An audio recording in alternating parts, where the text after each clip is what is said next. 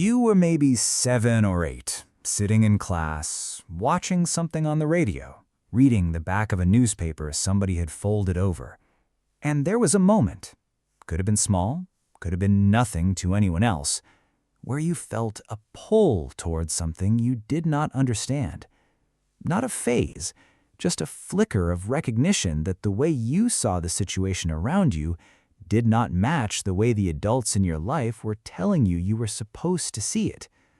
And you did what almost any child in that position does. You filed it away, kept moving, did not mention it, because nobody around you was talking about it either. This one might hit differently than the others. Today, we are talking about what it was like to come up as a future intelligence operative whose first cover identity began before formal training. Not what the trade looked like once you joined it, not what your service file eventually said, just what it felt like when you were a child, in a household, in a community, in a school where the cognitive habit of maintaining a parallel internal self started long before anyone formally taught you how to do it, and the psychology of what that does to someone who is still learning how to read a room before they are old enough to understand what the room is for. Let us get into it. Here is the foundational pattern. Long-form interviews with successful long-service intelligence officers conducted across multiple decades and partially summarized in oral history collections held at the National Archives and the Imperial War Museum consistently turn up one finding: a disproportionate share of officers who succeeded at sustained covert operations report that their first awareness of maintaining a parallel internal self emerged in childhood, not in training, not on the first deployment, in a classroom, at a family dinner, in a community where some part of who they were quietly did not align with the available framework for normal. You did not have context. There was no framework. Nobody sat you down and said, "Hey, some people experience the world from a slightly different angle, and that ability to hold two readings at once will become operationally valuable later." That conversation did not exist, not in most households, not in most schools. So what did you have? You had a feeling. Developmental research has studied this pattern in some detail. Many of the children who later excel at operational covert work across services, across decades, report their first awareness of needing to monitor the gap between their internal experience and their visible presentation as young as 8 years old, well before the formal language for cover identity existed in their vocabulary. They just knew that something about how they processed a room did not quite line up with how the other children processed it. And when you are 8 and you feel that gap and you cannot explain why, you do not go looking for explanations. You go looking for camouflage. You studied the children around you. You figured out what was expected. You watched what was supposed to be liked, how you were supposed to react, what was supposed to be said, and you matched it, or you tried to. Some of you were better at it than others, but the effort was constant. That cognitive overhead, watching yourself, editing yourself, performing a version of yourself that felt safe, started young, way before any formal recruiting officer ever looked at your file, way before you had a name for what was going on inside. And that performance cost you something, not because there was anything wrong with you, because maintaining a parallel internal self takes energy. And children who were spending their mental bandwidth on calibrating presentation do not get to spend it on just being children. Now, let us talk about the household you grew up in, because that is where the real operational architecture was being built. A lot of intelligence officers who came up between approximately 1950 and 1985 were raised by adults who came of age in a period when entire categories of human experience were institutionally classified as professional disqualifications. The American Civil Service Commission, between roughly 1953 and 1995, formally treated significant aspects of personal life, including but not limited to sexual orientation, as security liabilities sufficient to bar federal employment. The State Department's institutional purges of suspected gay employees during the 1950s, what historian David K. Johnson, in his 2004 University of Chicago Press book, The Lavender Scare, documents as the largest federal employment purge in American history outside of the Red Scare. Affected, by Johnson's tally, more than 5,000 federal employees, many of them in security-sensitive positions. Frank Kameny, an astronomer who lost his Army Map Service position in 1957 under the post-Eisenhower security order, and who spent the following 40 years fighting the institutional architecture that had built that decision, became the most public face of the resistance to that policy. He died in 2011, the year that the institutional architecture he had fought had largely, though not entirely, been dismantled. The point of citing this history is not the policy itself. The point is the cognitive infrastructure it created. For decades, an entire institutional environment told a generation of officers and a generation of potential officers that significant parts of their internal experience could not be allowed to surface inside the building. That was not a moral judgment. It was an operational fact about the working environment. And the children who grew up watching adult life under that environment absorbed an understanding of identity management that no formal training program could have installed more thoroughly. So when those children started early in their lives to maintain a parallel internal self, for reasons that had nothing initially to do with intelligence work, they were not building something dysfunctional.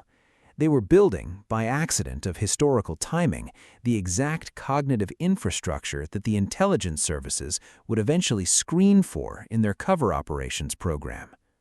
The skill that was forming in the schoolyard at age 9 was the skill the assessment officer would be measuring at the recruitment interview at age 23. Now, not every childhood was like this. That is worth saying clearly.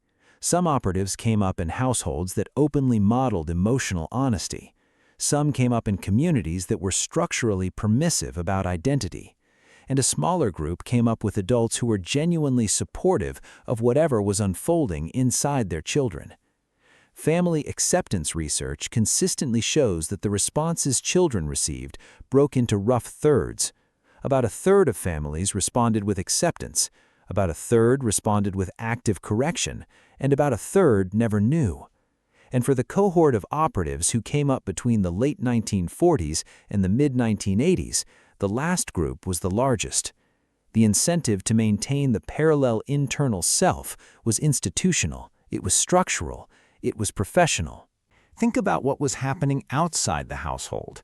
In the early 1950s, the federal government issued executive orders that formally barred employment in significant sectors. In 1953, Executive Order 10450, signed by President Eisenhower, codified the bar.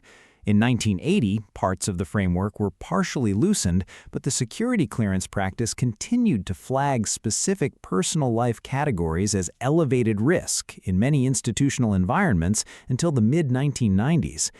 By the late 1980s, 80% of Americans surveyed in some Gallup polls associated the early stages of the AIDS epidemic with a single demographic category. By 1986, nearly half of Americans reported avoiding establishments where they suspected gay people might be present. By 1987, roughly half of the country said people with AIDS had brought it on themselves. Imagine you're 12 years old. You are sitting in a living room. The news is on. You do not fully understand what is being discussed, but you understand the tone. You understand the faces the adults are making when they talk about it. You pick up on the institutional message the adults are absorbing, that a particular aspect of human experience marked someone as professionally disqualified, as publicly suspect, as something the security architecture treated as a liability. You did not choose the cultural moment. You did not choose the historical timing, but the message found you anyway, and it taught you something that went deeper than any specific identity question.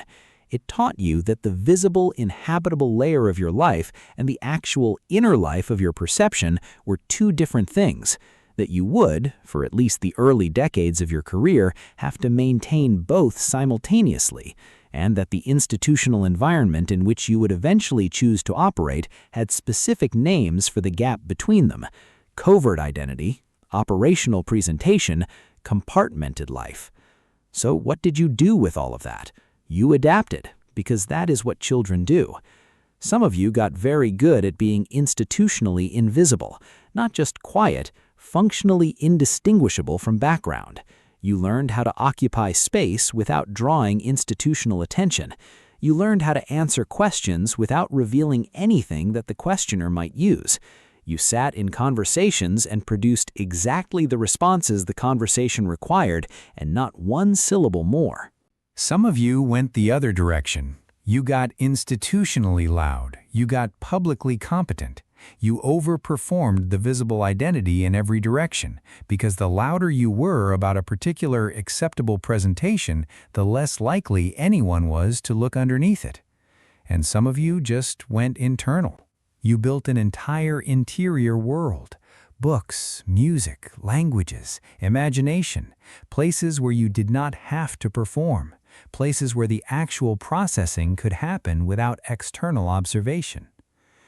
A significant share of operatives who came up in this period became, by their early 20s, sharp observers of institutional behavior, not because they wanted to be, because they had to be. When the maintenance of a workable life depends on reading a room precisely, you get very good at reading rooms.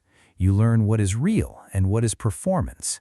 You learn the difference between a senior officer's stated reasoning and their actual operational motivation.